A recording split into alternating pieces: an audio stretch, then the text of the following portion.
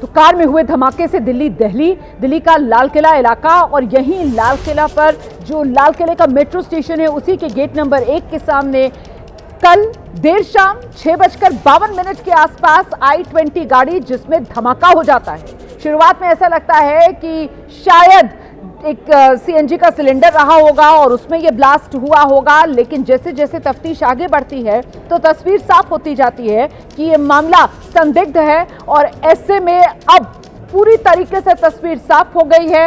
आतंक के नेटवर्क का पर्दाफाश हो रहा है। इस मामले की जांच का जिम्मा NIA को सौंप दिया गया है। NIA को इस मामले की जांच का जिम्मा सौंपना, UAPA के तहत इस मामले को दर्ज करना, ये दिखाता है कि ये मामला गहरी आतंकी साजिश से जुड़ा हुआ है। 14 साल बाद दिल्ली में ये आतंकी हमला हुआ है। 14 साल बाद दिल्ली एक बार फिर से दिल्ली है, और अब इस मामले की तह तक जाने के लिए जांच एजेंसियां जुटी हुई हैं। फिलहाल वो गाड़ी जिसमें धमाका हुआ, उसी गाड़ी को लेकर जो जानकारियां अभी तक सामने आई हैं हम आपके सामने साझा कर रहे हैं। एक तरफ आप गाड़ी की तस्वीर देख रहे हैं। ये गाड़ी सुबह के वक्त दिल्ली के बदरपुर बॉर्डर से दाखिल होकर दिल्ली पहुंच चुकी थी, और फिर 3:19 के आसपास ये गाड़ी जो है वो लाल किले के नजदीक जो पार्किंग एरिया है वहां पहुंचती है। ये जो आप इस वक्त तस्वीरें देख रहे हैं, ये फरीदाबाद की तस्वीरें हैं। ये 29 अक्टूबर की तस्वीरें बताई जा रही हैं, जब इसी I-20 कार का, इस सफेद रंग की जो गाड़ी आप देख रहे हैं यही वो I-20 कार है जिसमें कल धमाका हुआ था। इसी गाड़ी का इस्तेमाल धमाके के लिए किया गया। इसी गाड़ी को डॉक्टर उमर चला रहा था, और इसी I-20 कार का 29 अक्टूबर का ये वीडियो आप देख रहे हैं जब इसका पोल्यूशन चेक कराया जा रहा था। और जो जानकारी मिल रही है उसके मुताबिक इसी दौरान डॉक्टर उमर ने ये गाड़ी खरीदी। मतलब 29 अक्टूबर पोल्यूशन चेक डॉक्टर उमर इस गाड़ी का करवा रहा था, और तभी इन्हीं दिनों के आसपास उसने ये गाड़ी खरीदी थी। फिलहाल इस वीडियो में 3 लोग नजर आ रहे हैं। एक तो वो शख्स है जो गाड़ी चला रहा है, और 2 अन्य लोग हैं जो ये पोल्यूशन चेक कराने वाला जो बूथ बना हुआ है उसके सामने खड़े हुए नजर आ रहे हैं। अब ये कौन कौन है, इनकी शिनाख्त अभी पुख्ता तौर पर नहीं हो पा रही है। क्या ये डॉक्टर उमर, डॉक्टर मुजम्मिल और डॉक्टर आदिल ही है, इसको लेकर अभी जांच एजेंसी अपनी तफ्तीश कर रही है। इस बीच बड़ा खुलासा ये हो रहा है, फरीदाबाद में बाकायदा बम बनाने की फैक्ट्री थी। ये बड़ी खबर इस वक्त की। आरोपी डॉक्टर ने फरीदाबाद में बम बनाने की फैक्ट्री बना ली थी। अमोनियम नाइट्रेट का गोदाम यहां पर था, ये जानकारी मिल रही है। हरियाणा का फरीदाबाद, और फरीदाबाद में बम बनाने की फैक्ट्री, ये मामला अपने आप में बेहद गंभीर होता हुआ नजर आ रहा है। जरा सोचिए आप, कल सबके मन में यह सवाल आ रहा था कि आखिरकार 3000 किलो के आसपास का केमिकल अमोनियम नाइट्रेट जिसका इस्तेमाल विस्फोटक बनाने में होता है, आखिरकार इतनी बड़ी खेप यहां फरीदाबाद में क्या कर रही थी, कैसे यहां पर पहुंची है, और इसका क्या इस्तेमाल होना था। अब ये बड़ी जानकारी सूत्रों के हवाले से सामने आ रही है कि यहां पर तो अमोनियम नाइट्रेट का फरीदाबाद में बाकायदा गोदाम बनाया गया था, क्योंकि यहीं फरीदाबाद में बम बनाने की फैक्ट्री थी। सीधे आपको लेकर चलेंगे, हमारे सहयोगी जगविंदर पटियाल इस वक्त हमारे साथ मौजूद है। जगविंदर, बताइए जरा डिटेल में, ये तो बड़ा खुलासा है, गोदाम जिसपे अमोनियम नाइट्रेट भरा जा रहा था और फरीदाबाद में ही बम बनाने की फैक्ट्री। जगविंदर। रोमाना, मैं आपको ना सिलसिलेवार तरीके से सारी बात बताता था हूँ, आप सुनिएगा। पहली बात यह है कि अक्टूबर 2025 में जम्मू कश्मीर में कुछ पोस्टर पकड़े गए, और जम्मू कश्मीर पुलिस ने गजवाए हिंद के जो पोस्टर मिले उसको लेके जांच शुरू की। उस जांच में ये पता लगा, और मुजम्मिल का नाम आया, डॉक्टर मुजम्मिल का। डॉक्टर मुजम्मिल का नाम आने के बाद पुलिस ने डॉक्टर मुजम्मिल की उन पोस्टर्स के जरिए ये तलाश शुरू की कि भाई ये डॉक्टर मुजम्मिल कौन है, और आखिरकार उसका इन पोस्टर्स से क्या लेना देना है। इन तमाम चीज़ों से जब जम्मू कश्मीर पुलिस आगे बढ़ी तो पता ये चला कि उनका ना सिर्फ पोस्टर से लेना देना था, बल्कि वो अपने 3 डॉक्टर्स के साथ मिलकर आतंकी फैक्ट्री चला रहे थे। अब सुनिए कि फरीदाबाद ये जांच कैसे पहुंची। और जो डॉक्टर मुजम्मिल थे, इन सब का हेड था doctor Umar Mohammad. Doctor Umar Mohammad, doctor Muzammil, doctor Irfan और डॉक्टर आदिल, ये चारों सीनियर जूनियर थे, और इनको तंजीम बनाने के लिए तैयार किया था उमर मोहम्मद ने। और जब ये डॉक्टरी कर रहे थे गवर्नमेंट मेडिकल कॉलेज श्रीनगर से, तो वहीं पर इन की दोस्ती हो गई और इन्होंने ये सब तय कर लिया था। दूसरी महत्वपूर्ण बात यह है कि अपनी रेजिडेंसी करने के लिए जब डॉक्टर उमर मोहम्मद और उनके ये तीनों साथी अनंतनाग में आए तो वहीं पर इन्होंने हॉस्पिटल के लॉकर में AK-47 लेके रख दिया और इनको ये पता था कि जब भी इनका प्लान आगे बढ़ेगा तो इस AK-47 का इस्तेमाल करेंगे, जो आज भी वहाँ हॉस्पिटल के लॉकर में AK-47 पड़ी थी। अब आपको समझाता हूँ कि ये फरीदाबाद कैसे जांच पहुँची। तंजीम रेडिकलाइजेशन का काम श्रीनगर में पढ़ाई के टाइम ही हो गया था। हेड कौन था? डॉक्टर उमर मोहम्मद। अब डॉक्टर उमर मोहम्मद ने जब ये लोग वहाँ से स्प्लिट हुए अनंतनाग से, तो कोई फरीदाबाद आ गया और इनमें से एक डॉक्टर आदिल जो था वो सहारनपुर चला गया, जबकि बाकी तीनों जो है वो फरीदाबाद आ गए। फरीदाबाद में इन्होंने 2 जगह पर घर किराए पे लिए, डॉक्टरी भी करते थे और बम की फैक्ट्री भी चलाते थे। आतंकी साजिश रचते थे और इनकी बम की फैक्ट्रियां पकड़ी गई। उसके बाद ये पता लग गया कि इन्होंने बम की फैक्ट्री के साथ साथ अपना गोदाम भी फरीदाबाद में ही बना रखा था। अब उस सिलसिलेवार तरीके से सुन लीजिए कि वो कैसे था। डॉक्टर उमर मोहम्मद ने ये तय किया कि हम फरीदाबाद में रहकर ना सिर्फ बम की फैक्ट्री तैयार करेंगे बल्कि यहीं पर खुद बम बनाएंगे।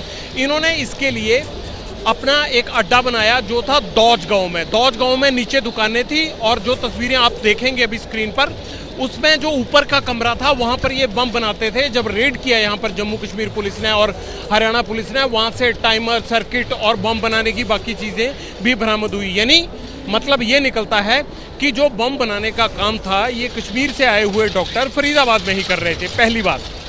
दूसरी बात, इन्होंने अब ये जो अमोनियम नाइट्रेट था ये कहाँ रखना है? अमोनियम नाइट्रेट को रखने के लिए वहीं ही फतेहपुर टागा, ये गांव था, फतेहपुर टागा गांव था, वहां पर इन्होंने एक पुराना गांव में घर किराए पर लिया।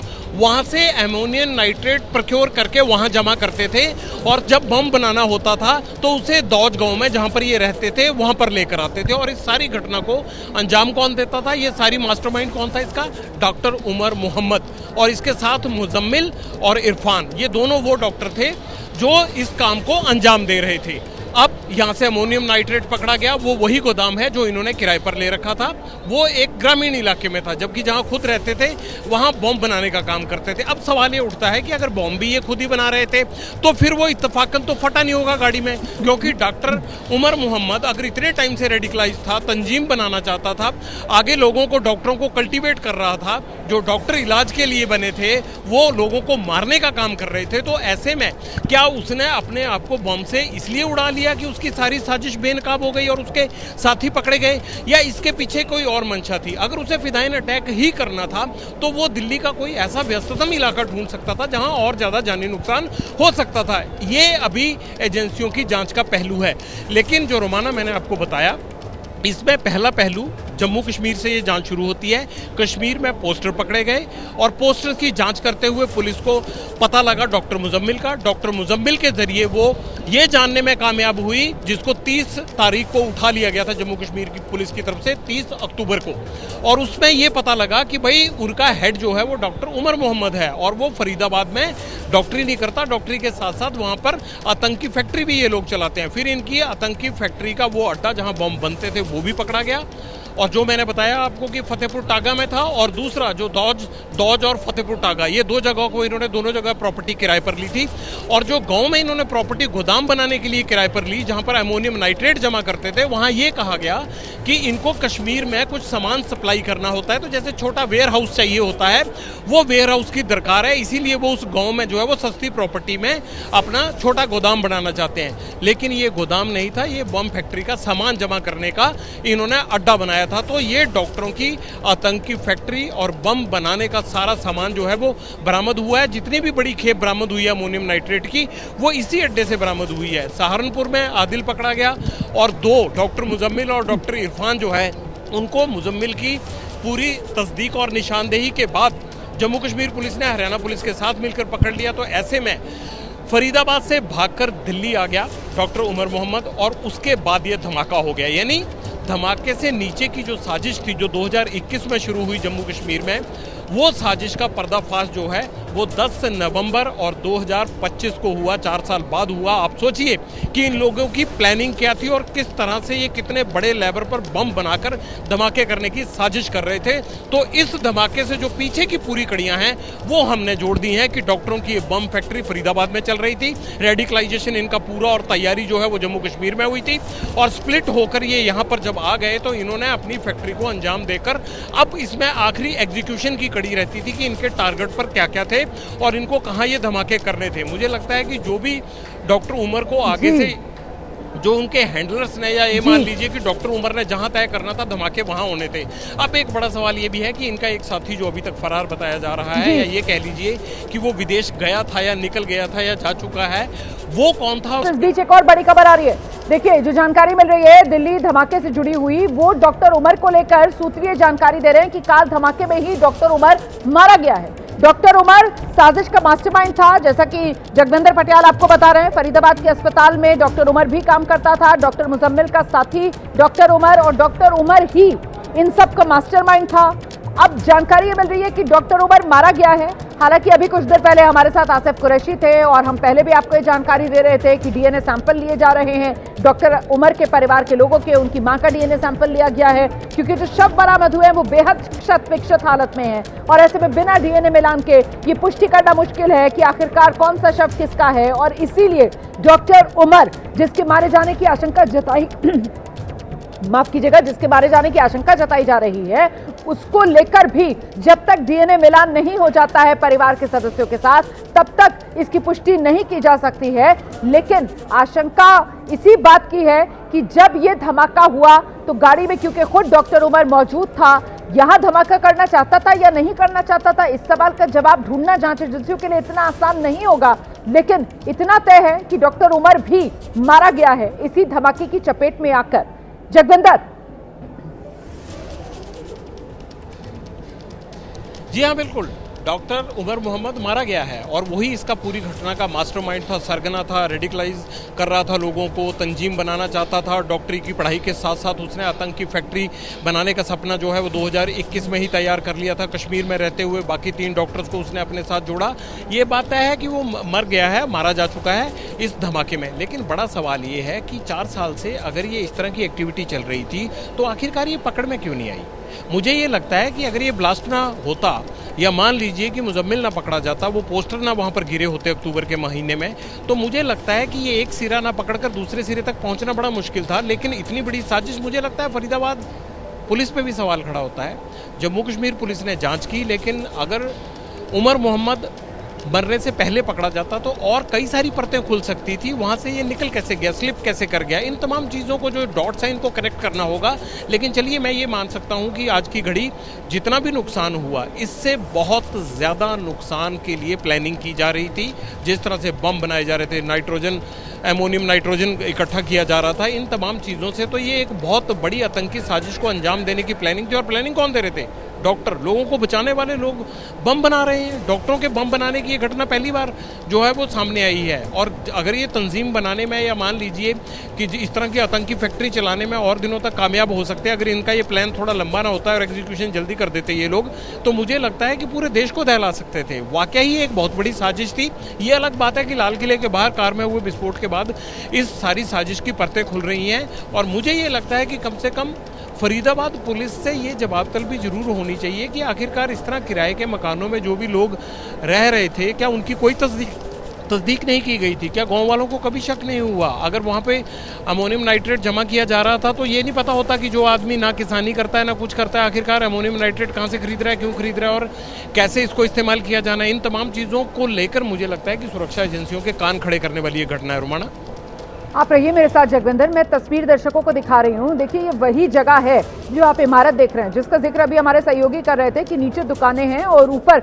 वो एक तरीके से गोदाम के तौर पर जिस जगह को इस्तेमाल कर रहे थे, ये आतंक के डॉक्टर अमोनियम नाइट्रेट को यहाँ पर इकट्ठा किया जा रहा था और फिर इसी अमोनियम नाइट्रेट के जरिए बम बनाए जा रहे थे। जगविंदर पटियाल, लेकिन बड़ा सवाल यह है कि आखिरकार ये सिलसिला कब से चल रहा था? इसको लेकर जांच एजेंसी की तरफ से क्या अभी तक सूत्र कुछ जानकारी दे पा रहे हैं? और दूसरी बात यह कि अगर यहाँ पर, अच्छा, एक और बड़ी खबर आ गई है, वो जानकारी ये मिल रही है कि गृह मंत्री अमित शाह ने एक दूसरी हाई लेवल मीटिंग बुलाई है। इस बैठक के लिए गृह मंत्रालय पहुंच गए खुद अमित शाह। जांच एजेंसियों के अधिकारियों के साथ बैठक चल रही है। आप जानते हैं दोपहर 3 बजे गृह मंत्रालय के अधिकारियों की एक बड़ी बैठक होनी थी और अब 3:15 बजते ये बड़ी जानकारी सामने आ रही है कि खुद गृह मंत्री अमित शाह भी मंत्रालय पहुंच गए हैं और जो मंत्रालय के अधिकारी बड़ी बैठक कर रहे थे अब उसमें अमित शाह भी शामिल हो गए हैं। तो दिल्ली में जो धमाका हुआ है, जिस तरीके से दिल्ली दहली है, उसी को लेकर ये बैठकों का दौर चल रहा है। सुबह 11 बजे गृह मंत्री के आवास पर उच्च स्तरीय बैठक हुई और अब दोपहर होते होते 3 बजे गृह मंत्रालय में ये बड़ी बैठक, बड़ा मंथन चल रहा है इस वक्त और इसी में शामिल होने के लिए गृह मंत्री अमित शाह मंत्रालय पहुंचे हैं। हमारे साथ हमारे सहयोगी पवन गौड़ इस वक्त मौजूद हैं। पवन से जानते हैं, पवन क्या डिटेल्स और मिल रही हैं?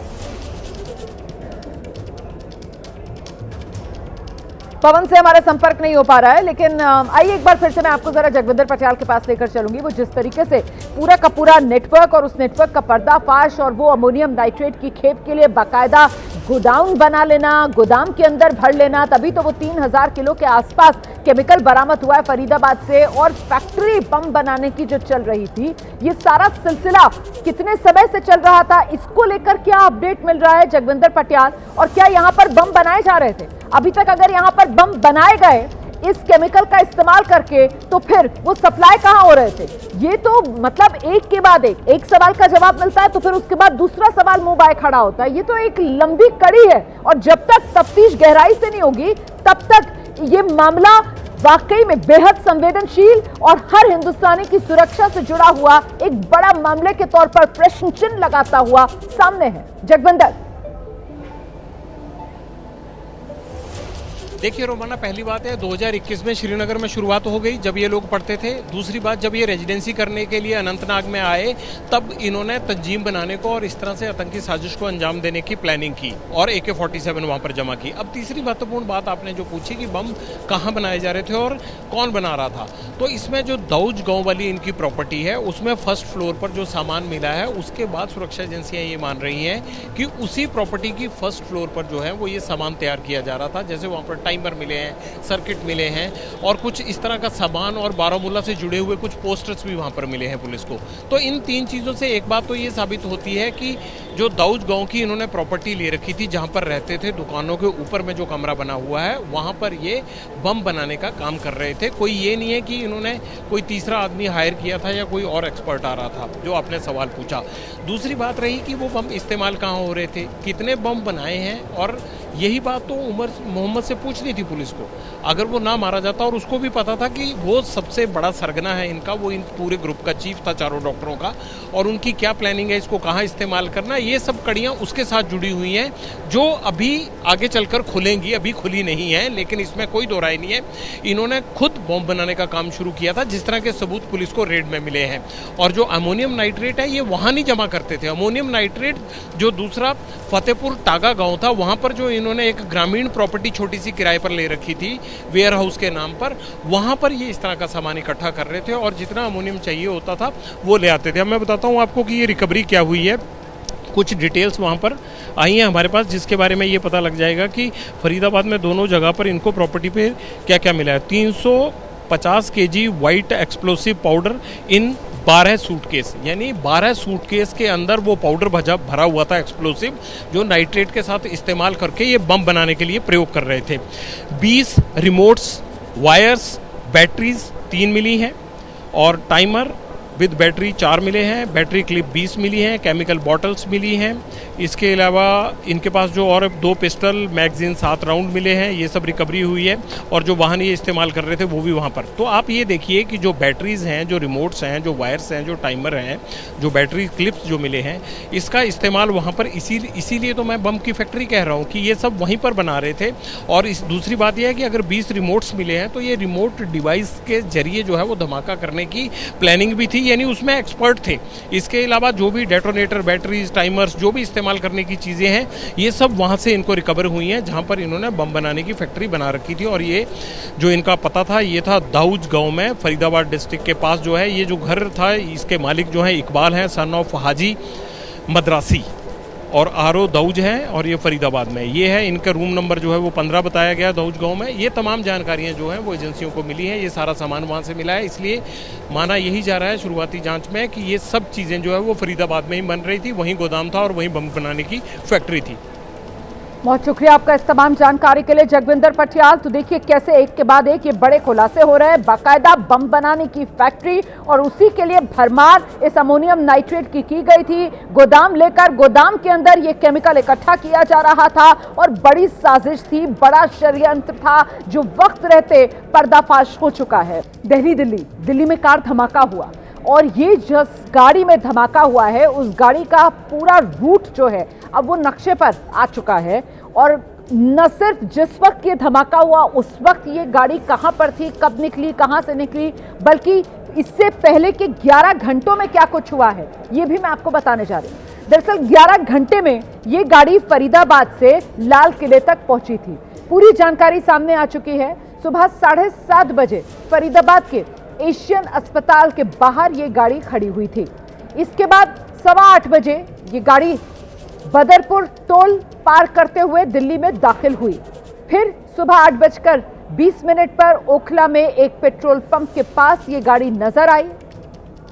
इसके बाद ये गाड़ी कहां थी कोई ट्रेस नहीं हो पाया है, लेकिन 3:19 पर एक बार फिर ये गाड़ी सीसीटीवी में कैद होती है। लाल किले के पास जो पार्किंग बनी हुई है वहां सीसीटीवी में ये गाड़ी ट्रेस होती है। 3:19 से लेकर 6:22 तक ये गाड़ी इसी पार्किंग में रहती है और 6:22 पर लाल किले वाली पार्किंग से ये गाड़ी बाहर निकलती है और उसके चंद मिनट बाद शाम 6:52 पर इस चलती कार में जोरदार धमाका। तो दिल्ली में कार धमाका हुआ, दिल्ली, लेकिन दिल्ली में हुए इस कार धमाके के तार जम्मू कश्मीर से लेकर हरियाणा से लेकर उत्तर प्रदेश तक जुड़ रहे हैं और पश्चिमी उत्तर प्रदेश के सहारनपुर से लेकर उत्तर प्रदेश की राजधानी लखनऊ, क्योंकि लखनऊ की ही रहने वाली बताई जा रही है डॉक्टर शाहीन, जिसे कल गिरफ्तार किया गया था। डॉक्टर शाहीन का लखनऊ के डालीगंज इलाके में घर है। यहीं पर पहुंची एबीपी न्यूज की टीम। लखनऊ के डालीगंज में शाहीन का परिवार रहता है। डॉक्टर शाहीन के पिता ने कहा, मेरी बेटी ऐसी गतिविधि में शामिल नहीं हो सकती। कल फरीदाबाद से डॉक्टर शाहीन को गिरफ्तार किया गया था।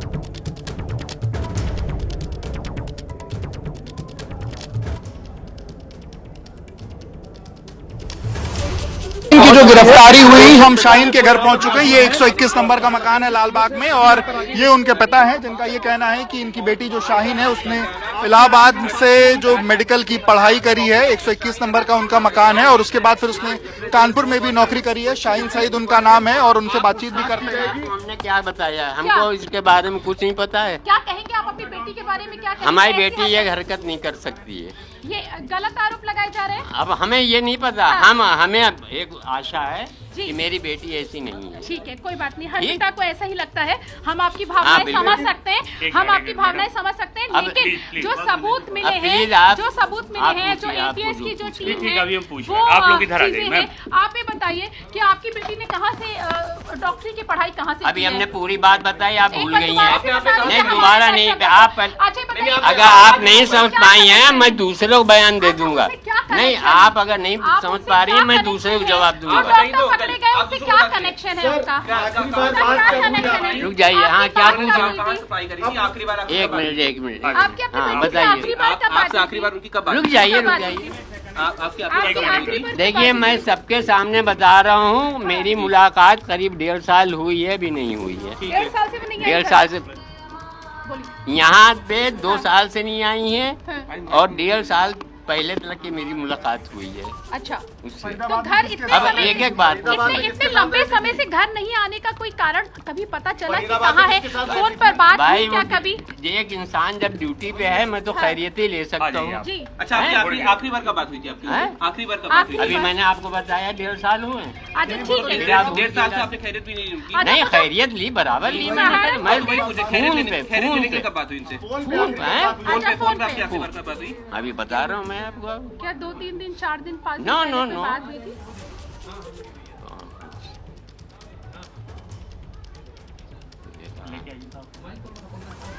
कुछ कुछ बात हुई थी? 1 महीना। अच्छा, क्या बात हुई थी? बाद में खैरियत लेता हूँ। अच्छा, उनके भाई बहन कौन कौन है? कितने भाई बहन हैं? और हरियाणा कब गई, फरीदाबाद वो कब गई? देखिए, एक मिनट सुनिए, 1 मिनट सुनिए पहले मेरी बात। एक आदमी सवाल करे तो शाहीन कितने भाई बहन? मेरे भाई आप अब बोल लीजिए। शाहीन कितने भाई बहन? आप कर लीजिए सवाल, ये कर ले, जवाब तो एक ही आदमी देगा।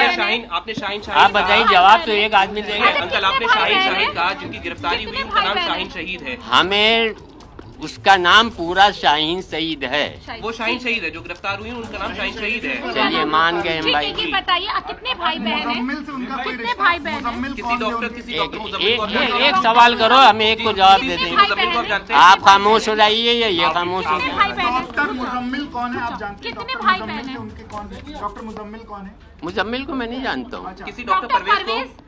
किसी डॉक्टर परवेज? परवेज मेरा बेटा है, परवेज छोटा परवेज आपका बेटा है? वो क्या कहाँ वो पे इंटीग्रल में पढ़ाते हैं? वो कहाँ पे पढ़ाई करते हैं? हैं? वो कहाँ पढ़ाई वो करते हैं? आगरा से पढ़ा है। अच्छा, कहाँ पढ़ाई करते हैं अभी?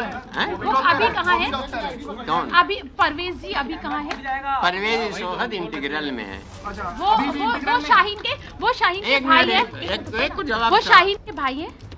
मैंने आपसे क्या कहा है? भाई, आपके हमारे बेटे। 3 बच्चे हैं। ठीक है। देखिए, सबसे बड़ा मोहम्मद शुएब। अब हाँ। एक आदमी बात करे तो ठीक मैं है, जवाब हाँ, दूं। बिल्कुल। मैं 5 लोग को जवाब तो दूंगा। नहीं, मेरा दादा। मुंह एक है। नहीं, आप आप बोलिए, सब लोग शांत हैं, सब लोग शांत हैं। बताइए, हाँ। बताइए। मेरे 3 बच्चे हैं। सबसे बड़ा मोहम्मद शुएब, जो मेरे साथ रहता है। ठीक है, सेकंड जो है शाहीन, ठीक है, जो आप बता रहे हैं। ठीक है, ठीक, लेकिन ठीक है। मुझे यकीन नहीं, भाई ठीक यकीन है। नहीं हो रहा है ठीक जो है, बात है। ठीक है, कोई बात नहीं। थर्ड है डॉक्टर परवेज, ठीक है। वो इंटीग्रल में। अभी भी अब इंटीग्रल आप अभी सवाल- कहाँ है? अभी कहाँ है मैंने आपका आपसे बेटा? कहा नहीं, अभी भी इंटीग्रल में। अभी कहाँ है? ये इस क्या समय वो- तो ये आप डॉक्टर शाहीन के पिता शाहिद अंसारी को सुन रहे थे। और अभी दिन में लखनऊ में वो जो डॉक्टर परवेज अंसारी जिसके ठिकाने पर छापेमारी हुई थी, उसको लेकर भी ये बताया शाहिद अंसारी ने कि वो इन्हीं का बेटा है, मतलब शाहीन का भाई है डॉक्टर परवेज अंसारी भी। ये भी जानकारी अब साफ हो रही है। इस बीच दिल्ली में जो धमाका हुआ, लगातार इसी को लेकर एक के बाद एक खुलासे हो रहे हैं और साथ ही इससे जुड़ी कई नई जानकारियां, कई नए वीडियोस हैं जो सामने आ रहे हैं। एक और वीडियो सामने आया है जिसमें उमर, i20 कार दोनों नजर आ रहे हैं। i20 कार का ये जो वीडियो है वो 29 अक्टूबर का है। इस वीडियो में i20 कार का पोल्यूशन चेक करवाया जा रहा है और 3 लोग साथ में हैं। डॉक्टर उमर हैं और 2 अन्य लोग साथ में हैं। अब वो 2 लोग कौन हैं? क्या डॉक्टर आदिल और डॉक्टर मुजम्मिल ही हैं? फिलहाल पोल्यूशन सर्टिफिकेट जिस समय बनवाया जा रहा था 29 अक्टूबर को इसी i20 कार का फरीदाबाद में, उसी समय की ये सीसीटीवी की तस्वीरें हैं। और इसी दौरान बताया जा रहा है कि ये गाड़ी डॉक्टर उमर ने खरीदी थी। गाड़ी खरीदने के बाद ही डॉक्टर उमर ने इसकी पोल्यूशन चेक करवाया और ये पोल्यूशन चेक वाली जगह की ही सीसीटीवी तस्वीरें हैं जो आप देख रहे थे। मैं सीधे आपको लेकर चलूंगी, हमारे साथ हमारे सहयोगी उज्जवल इस वक्त मौजूद हैं और जरा उज्जवल से ही जानते हैं। उज्जवल, अभी तक जितनी जानकारियां सामने आ रही हैं, अब वो कड़ियां एक के बाद एक जुड़ती हुई नजर आ रही हैं और ये पूरा इस साजिश का भंडाफोड़ होता हुआ दिख रहा है, ये कहा जाएगा क्या? बिल्कुल ठीक कहा रोमाना जी आपने। जिस तरीके से परत दर परत खुल रही हैं, जिस तरीके से इन्वेस्टिगेशन हो रही है, उससे पूरी तरीके का ये जो मॉड्यूल है इसका पर्दाफाश होता हुआ दिखाई दे रहा है। आपने बिल्कुल ठीक कहा। देखिए, जिस i20 का इस्तेमाल हुआ था उस i20 का जो है वो पोल्यूशन कराया गया, PUC कराया गया। और ये कहाँ से कराया गया वो मैं आपको दिखाना चाहूँगा। देखिए, आप मेरे पीछे एक पेट्रोल पंप देख रहे हैं, नायरा का पेट्रोल पंप है और यहीं से ही फरीदाबाद के सेक्टर 37 का ये पेट्रोल पंप है। और इसी पेट्रोल पंप से जो है वो उमर जो है, डॉक्टर उमर आते हैं, उसके साथ 2 जने और होते हैं जो सीसीटीवी में साफ दिखाई दे रहे हैं। और वो इसी जगह से जो है यहाँ पर आकर अपना PUC कराते हैं। यहाँ पर PUC वाले एक भाई साहब मौजूद हैं, इनसे बातचीत करने की कोशिश करते हैं। सुनील, आगे आइए। भाई साहब, देखिए, आपने इसको देखा है? ये इंसान, ये डॉक्टर? नहीं जी, मैंने नहीं देखा। ये 29 अक्टूबर को आपके यहाँ से पोल्यूशन हुआ है? हाँ जी, पोल्यूशन हो रखा है। दिन में कम से कम 100 से 150 गाड़ियाँ आती है, तो अब हमें क्या पता। ये देखो, ये वीडियो है। इस वीडियो में दिख रहा है कि ये यहाँ पर आया है। तो आपको एक बार ये वीडियो देखिए जरा, आपको दिख रहा हो, कुछ याद आया हो। ये 3 ऐसे लोग आए थे i20 लेके। ये देखिए, आपके पास भी पहुंचे। हाँ तो आ तो रखे हैं, ये मुझे भी पता भी है। उन्होंने पोल्यूशन किया, करवाया था, पोल्यूशन करवा के वो चले गए थे। आपस में क्या बात कर रहे थे? मुझे नहीं पता भैया। कुछ आपको संदिग्ध लगा? नहीं जी। आपस में मतलब नॉर्मल बात कर रहे थे सारे? हाँ जी। गाड़ी के अंदर कुछ आपने देखा कुछ ऐसा? नहीं जी, मैंने कुछ नहीं देखा। अच्छा, आपका ये जो कंप्यूटर है इसके अंदर के डाटा सारा रजिस्टर्ड होता है? हाँ जी। तो इस गाड़ी का पता लग जाएगा यहाँ से हुआ, ये गाड़ी का नंबर जो है हाँ जी, यहीं से हो रखा है, ये तो मैंने बता दिया आपसे। हाँ जी। लेकिन संदिग्ध कुछ नहीं लगा? नहीं जी। तो रोमाना देखिए, आपने सुना कि यहाँ पर जो पेट्रोल पंप वाले जिन्होंने पीयूसी करा है उनसे हमने बातचीत की है। और देखिए एक आपको मैं खास बात यहाँ पर ये दिखाना चाहूँगा रोमाना जी, देखिए ये जो पेट्रोल पंप है ये बिल्कुल ठीक साथ है रॉयल कार जो झांसी ये बिकी है। देखिए सामने देखेंगे आप जो रॉयल कार वाले हैं जिन्होंने ये कार बेची है i20, जिस तरीके से सुबह से लगातार उनका नाम आ रहा है, उनका ऑफिस बिल्कुल ठीक सामने है, वो देखिए। और ऑफिस से ठीक सटा हुआ लगा हुआ है ये नायरा का पेट्रोल पंप। तो ये पेट्रोल पंप से देखिए जैसे ही वो कार आगे निकलेंगे आप वहाँ से उनके ऑफिस से बिल्कुल सटा हुआ ये रहा वो पेट्रोल पंप और ये रहा वो पोल्यूशन जांच केंद्र जहाँ पर जांच हुई है। और मैं आपको सीसीटीवी कैमरा दिखाना चाहूँगा जहाँ पर इस सीसीटीवी कैमरे में ये सारी चीज़ें तस्वीर जो है वो कैद हुई है। एक बार ये देखिए, मैं कहूँगा एक बार सुनील दिखाने की कोशिश करें। आप ये सामने देख सकते हैं ये वही सीसीटीवी कैमरा है जिसके अंदर डॉक्टर उमर की जो कार है वो साफ तौर पर दिखाई दे रही है। 3 लोग उस कार में आते हैं और उसके बाद यहाँ पर जो है वो पूरी तरीके से अपना पोल्यूशन कराते हैं और इसी सीसीटीवी में वो तीनों कैद होते हैं और सफ़ेद रंग की i20 इसी सीसीटीवी के अंदर जो है वो कैद की जाती है। उसके बाद वो पोल्यूशन कराते हैं और यहाँ से चले जाते हैं। और देखिए यहाँ पर जो है पोल्यूशन वाले से हमने बातचीत की है जिन्होंने पोल्यूशन किया है, उनका ये कहना है कि दिन में काफ़ी ज़्यादा गाड़ी आती है लेकिन उन्होंने इस गाड़ी का पोल्यूशन करा है।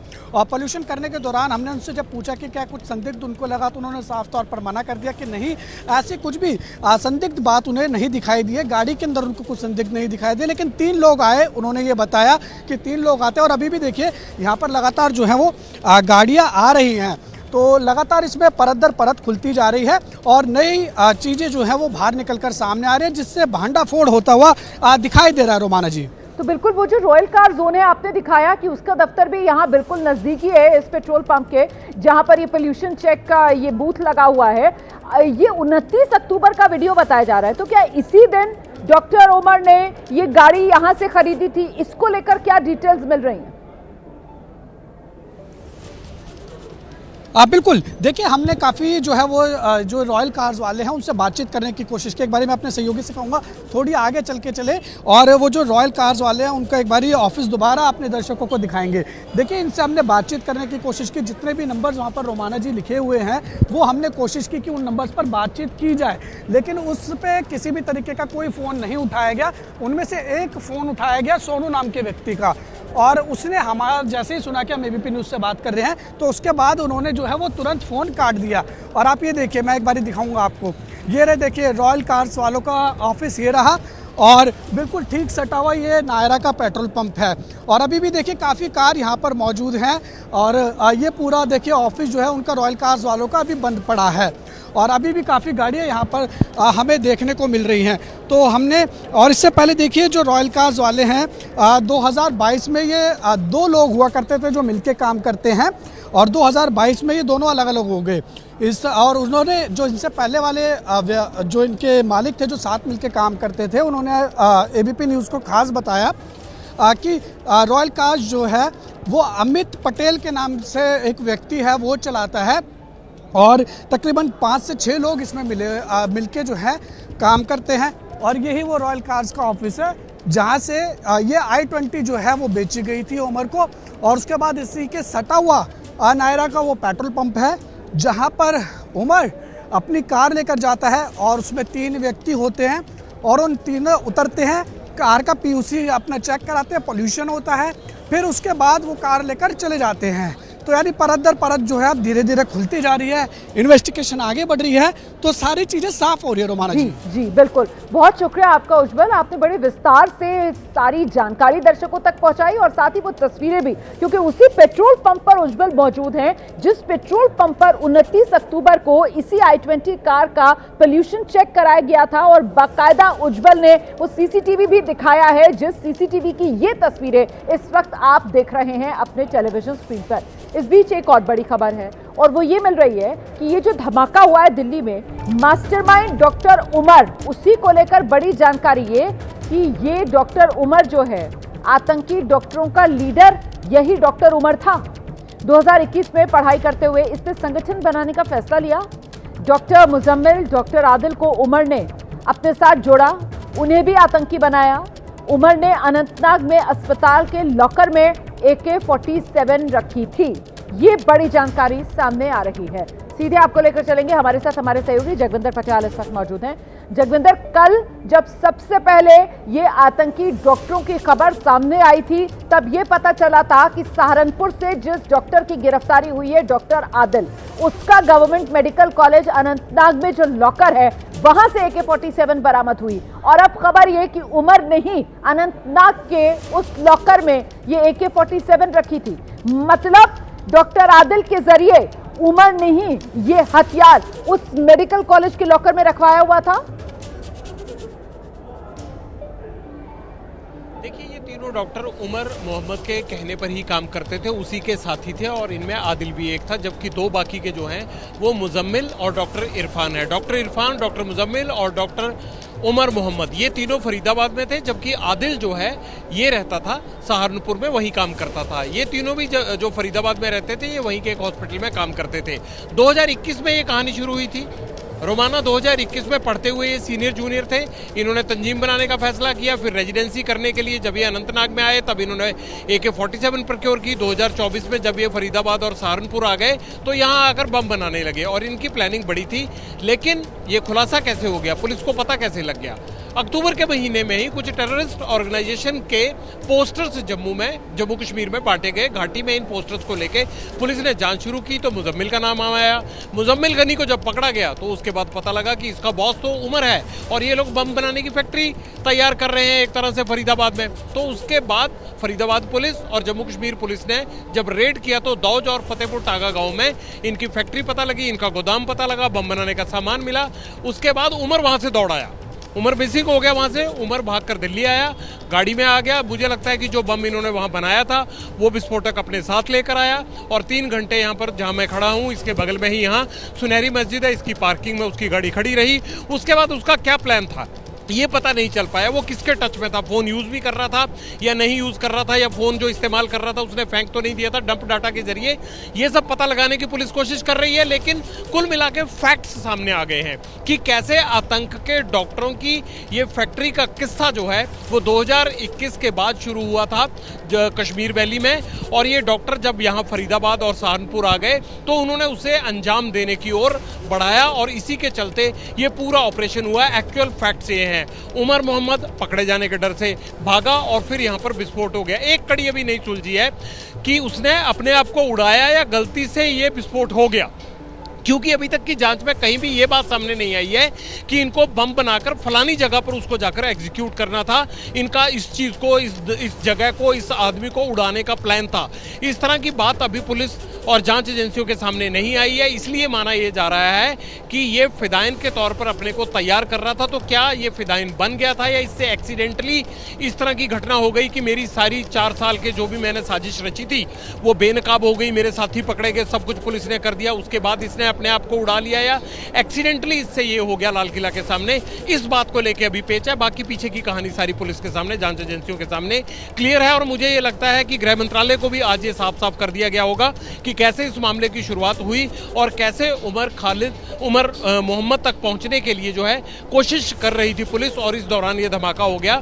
ये सारी चीजें विस्तार से बताई गई हैं। और इसमें आगे क्या कोई इस प्लानिंग का और लोग हिस्सा हैं, कोई और लोग वांटेड हैं, किन लोगों के साथ तारिक जैसे जिसने गाड़ी दी थी वो अभी तक मिसिंग है। क्यों मिसिंग है? डर के मारे मिसिंग है या वो भी इस साजिश में कहीं आगे की कड़ी है? इन तमाम चीज़ों को लेकर जो है वो अलग अलग पुलिस और जांच एजेंसियां काम कर रही हैं, लेकिन पूरे फैक्ट्स एक तरह से एबीपी न्यूज़ के जरिए जो है वो दर्शकों के सामने आ चुके हैं अब तक। अभी तो एक और बड़ा सवाल है ना जिसका जवाब मिलना बाकी है कि ये कठपुतलियां और इन कठपुतलियों की डोर जो है वो सरहद पार किसके हाथ में थी? जगविंदर पटियाल, क्योंकि जैश ए मोहम्मद और जैश ए मोहम्मद के पोस्टर्स थे जो लगाने का काम डॉक्टर आदिल कर रहा था और यही वो पहला मामला था जिसको लेकर जम्मू कश्मीर पुलिस ने जब जांच की तो सीसीटीवी कैमरे में चेहरा डॉक्टर आदिल का सामने आया। उसी को लेकर जांच आगे बढ़ी तो वो लॉकर खुलवाया गया जहां पर जम्मू कश्मीर पुलिस तो ये सोचकर गई थी जगविंदर पटियाल की शायद कुछ और भड़काऊ सामग्री, कुछ और पोस्टर्स वहां से निकलेंगे, लेकिन वहां से बरामद होता है हथियार और होश फाख्ता हो जाते हैं जांच एजेंसी के। और फिर तो एक के बाद एक जांच का दायरा बढ़ता चला जाता है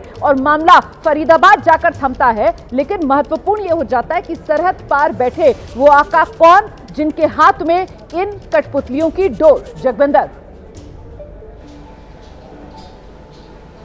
देखिए, मुझे ये लगता है कि जो किसी टेररिस्ट ऑर्गेनाइजेशंस के पोस्टर मिलते हैं और जो लोग उन पोस्टर्स को लगाते हैं उनको रेडिकलाइज करने के पीछे उसी टेररिस्ट ऑर्गेनाइजेशन का हाथ होता है, या ये मान लीजिए कि वो नौजवान उस टेररिस्ट ऑर्गेनाइजेशन के कामकाज से प्रभावित होकर उसे ज्वाइन करता है। इसे ही रेडिकलाइजेशन कहते हैं। और फिर वो अपने मसौदे के मुताबिक आगे लोगों को जोड़ता चलता है और अंजाम क्या होगा इसके बारे में बताता नहीं है। तो जाहिर सी बात है कि जिन टेररिस्ट ऑर्गेनाइजेशंस के पोस्टर्स मिले थे उन्हीं के साथ मुजम्मिल, उमर, आदिल और इरफान जुड़े हुए थे।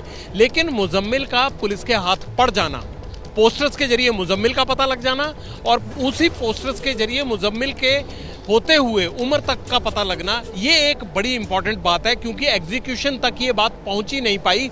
जो 2021 से तैयारी चल रही थी ना रोमाना, उसके एग्जीक्यूशन का वक्त अब करीब आ रहा था। मुझे लग रहा है जब इन्होंने एक बॉम्ब बना लिया था जो ये कल I-20 में विस्फोट हुआ है, तो इस तरह से ये और बम भी बना सकते थे। सामान भी इन्होंने काफ़ी जमा कर लिया था और फिर ये आगे जो लोग इनके साथ रेडिकलाइज होते उनको ये सामान सप्लाई भी करते।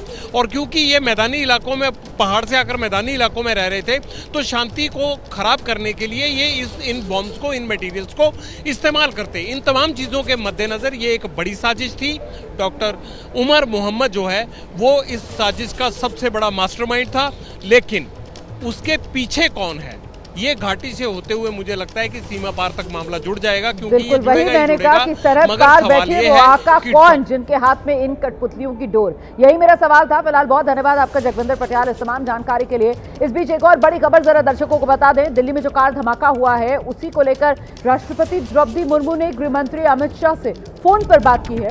दरअसल राष्ट्रपति द्रौपदी मुर्मू फिलहाल देश में नहीं है, अंगोला के दौरे पर हैं राष्ट्रपति द्रौपदी मुर्मू। और ऐसे में राष्ट्रपति ने दिल्ली में बीते कल देर शाम जो कार में धमाका हुआ है इस पूरी घटना को लेकर गृह मंत्री अमित शाह से फोन पर जानकारी ली है।